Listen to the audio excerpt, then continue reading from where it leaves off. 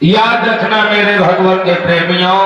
और जैसे लला भोले बाबा समाधि में बैठे और सती जी ने भी हाथ जोड़ लिए हैं और राम राम कहने लगी, जय श्री राम, जय श्री राम, जय श्री राम। तो याद रखना भक्तों, आज सती जी राम राम का जाप करने लगी है। याद रखना। और कितना समय व्यतीत हो गया सती जी को वियोग से या सहना। याद रखना। बीते संबत सहस्त्र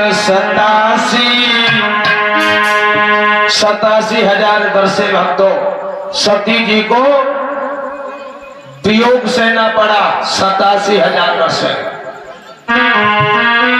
राम नाम जब सुमिरन लागी और जाना सती जगति पति जागे। बीते संबत सहस्त्र 87 और जगी समाधि शंभु अविनाशी। जब राम नाम का शब्द उच्चारण किया है, जब राम नाम की गूंज भोले बाबा के कान में पहुंची तो भोले बाबा ने आंखें खोली।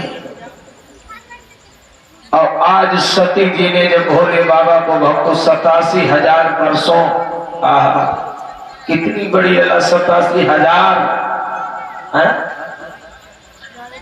वो सती मैया ने भक्तों वियोग सहन किया और एकदम जैसे कटा हुआ वृक्ष जमीन पर गिरता है, सती जी भोले बाबा के चरणों पर गिर पड़ी।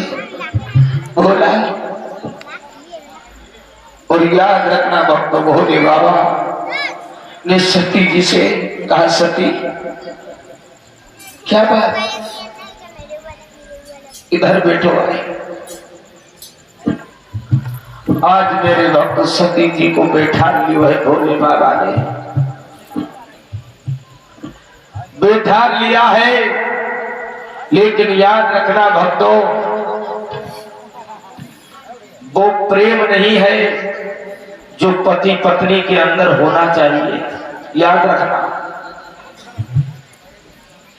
आज भोले बाबा सती की तरफ देख लेते हैं, लेकिन कह रहे हैं कि सती तुम वही हो जिसने मेरी माँ का रूप धारण करके हमारे राम जी की परीक्षा ली। और याद रखना लला, एक तो पति पत्नी को रिश्ता बड़े मुश्किल से बन पाता है भक्तों।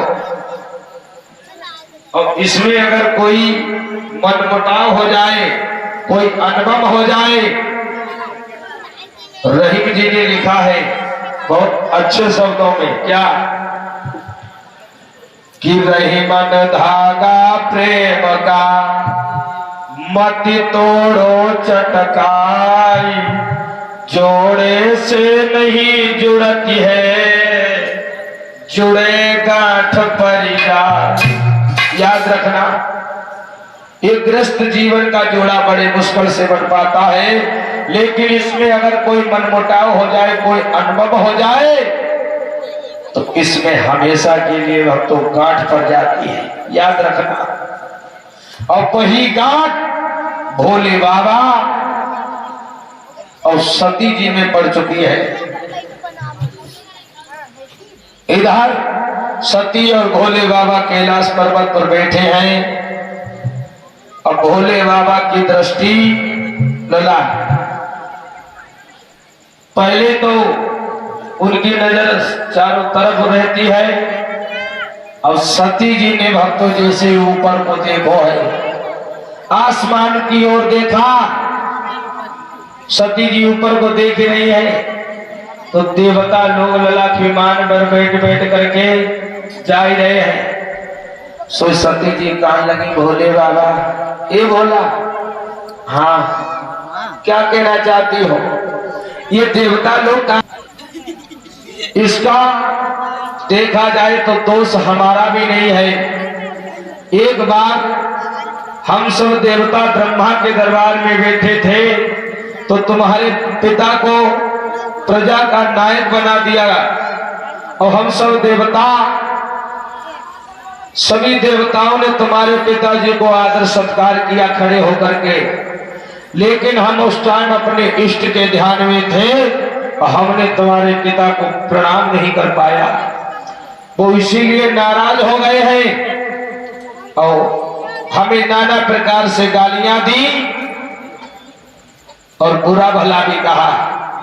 देखो लोगों, धन्य थे भोले बाबा जो लला ससुराल में गालियां तक खाई, लेकिन कभी सती जी से ये नहीं कहा कि तुम्हारे पिता ने हमें गालियां दी। और आज बल्ले के अगर ससुराल में थोड़ी सती तो मैं नहीं मानी। सती जी बोली, बारे वाह मेरे बाबुल, पिता ने यज्ञ रचायो, अरे मेरा बुलाई भोलेनाथ।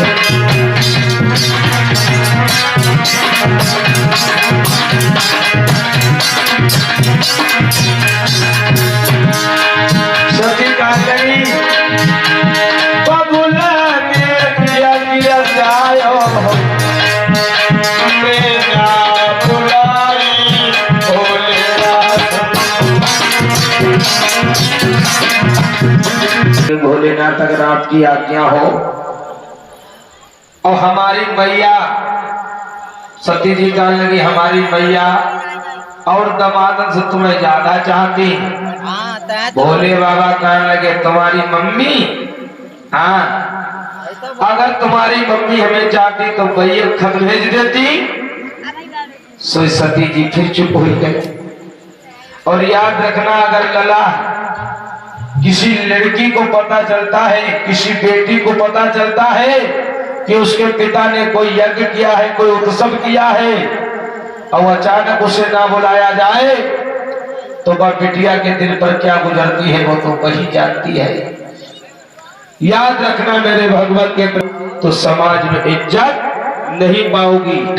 और याद रखना भक्तों, मेरी माताओं बहनों, ऐसे 3 जगह हैं, 3 जगह पर जाने में कभी संकोच नहीं करना चाहिए, जा सकते हैं। वो कौन कौन सी 3 जगह हैं? एक पिता के घर, एक मित्र के घर और एक गुरु के घर। इन 3 जगहों पर बिना बुलाए जाने में कोई संकोच नहीं करना चाहिए, जा सकते हैं। लेकिन लगी है इसमें, अगर इन्हीं 3 जगहों पर कोई मनमुटाव है, अनबम है लल्ला,